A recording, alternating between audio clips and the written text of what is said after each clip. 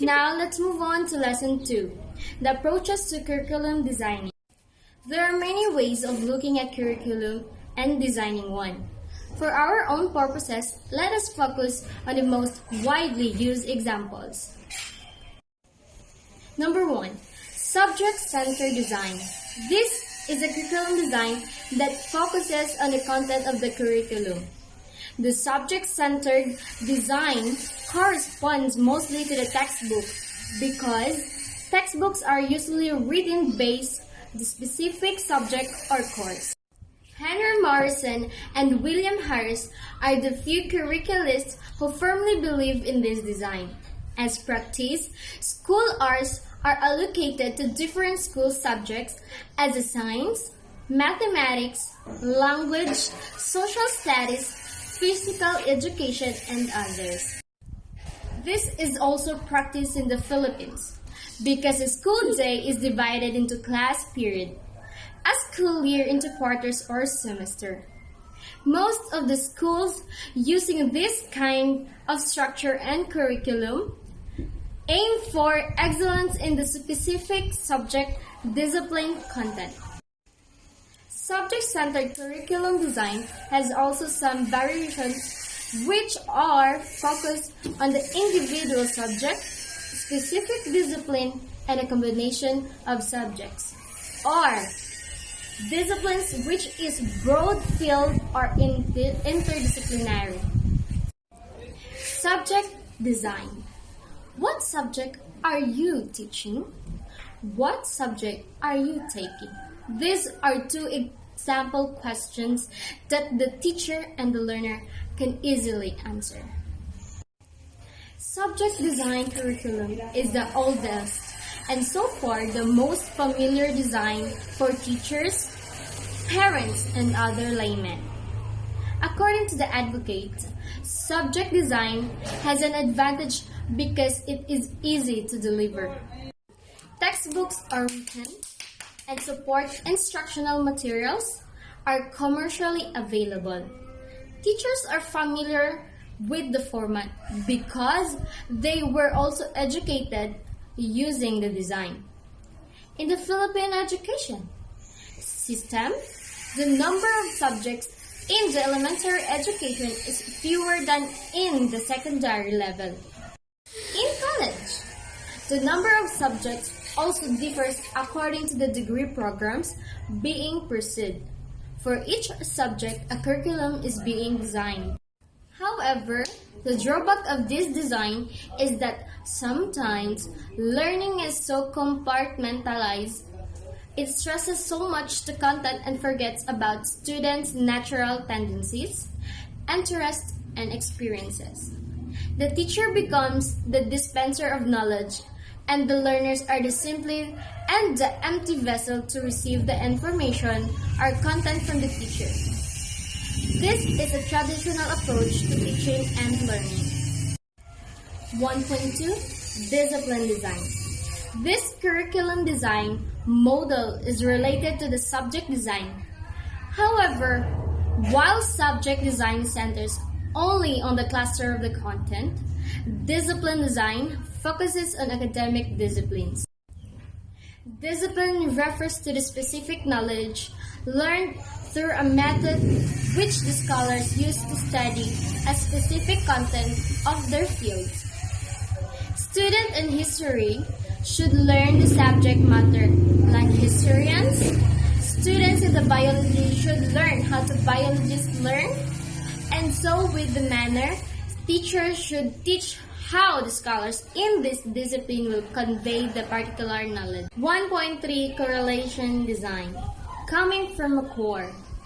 Correlated curriculum design links separate subject design in order to reduce fragmentation.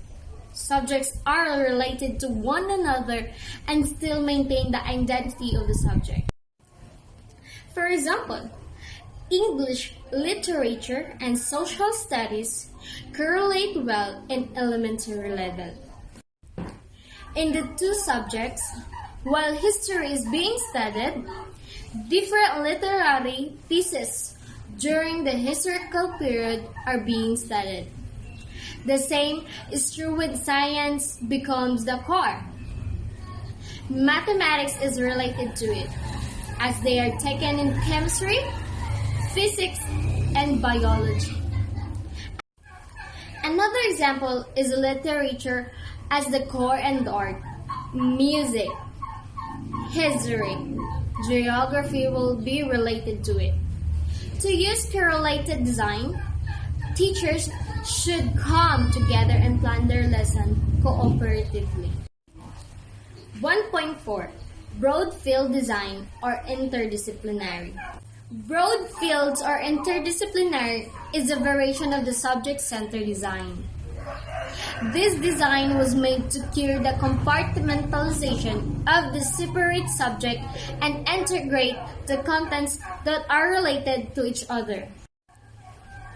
The subject, such as geography, economics, political science, anthropology, sociology, and history are fused into one subject called social studies.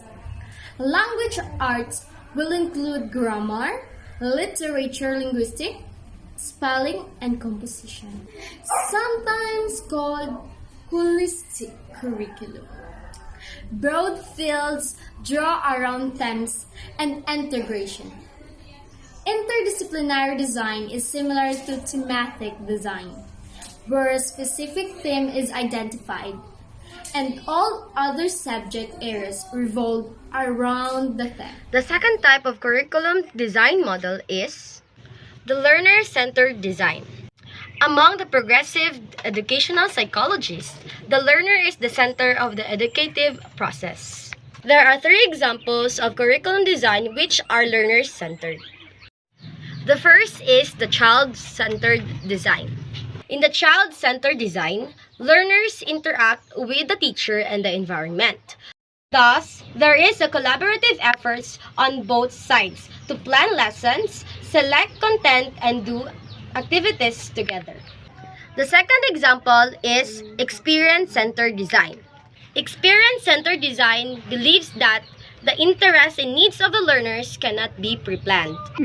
Instead, experience of the learners become the starting point of the curriculum. Thus, the school environment is left open and free. The learners are empowered to shape their own learnings from the different opportunities given by the teacher. The third and last example is Humanistic Design. The key influence of this curriculum design are Abraham Maslow and Carl Rogers. Maslow's theory of self-actualizations explained that a person who achieves this level is accepting of selves, others, and nature. Carl Rogers, on the other hand, believed that person can enhance self-direct learning by improving self-understanding, basic attitudes to guide behavior.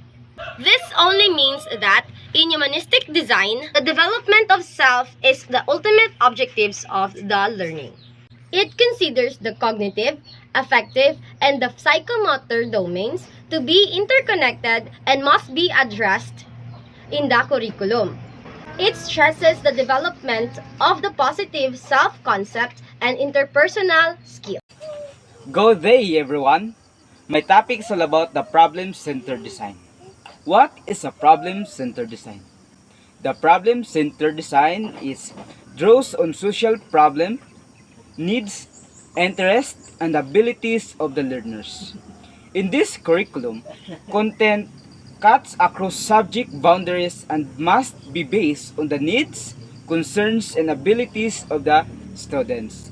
There are two examples of problem-centered designs. First is life situation design. What is a life situation design? It uses the past and the present experiences of learners as a means to analyze the basic areas of living. And according to Herbert Spencer's curriculum writing, his emphasis were activities that sustain life, enhance life, and the rearing and enhance leisure, tasks, and feelings. Number 2, core problem design. What is a core problem design? It centers on generally education, and the problems are based on the common human activities. The central focus of the core design includes common needs, problems, concerns of the learners. Popularized by Fownes and Bussing in 1959, they presented ways on how to proceed using core design of a curriculum. And now this is the steps on how to proceed using core design of a curriculum. First step, make group consensus on important problems.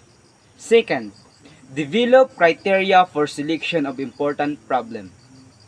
Third, state and define the problem. Fourth, decide on the areas of study including class groupings. Fifth, list the needed information for resources. 6. Obtain and organize information. 7. Analyze and interpret the information. 8. State the tentative conclusions. 9. Present a report to the class individually or by group. 10. Evaluate the conclusion. And lastly, explore other avenues for further problem solving.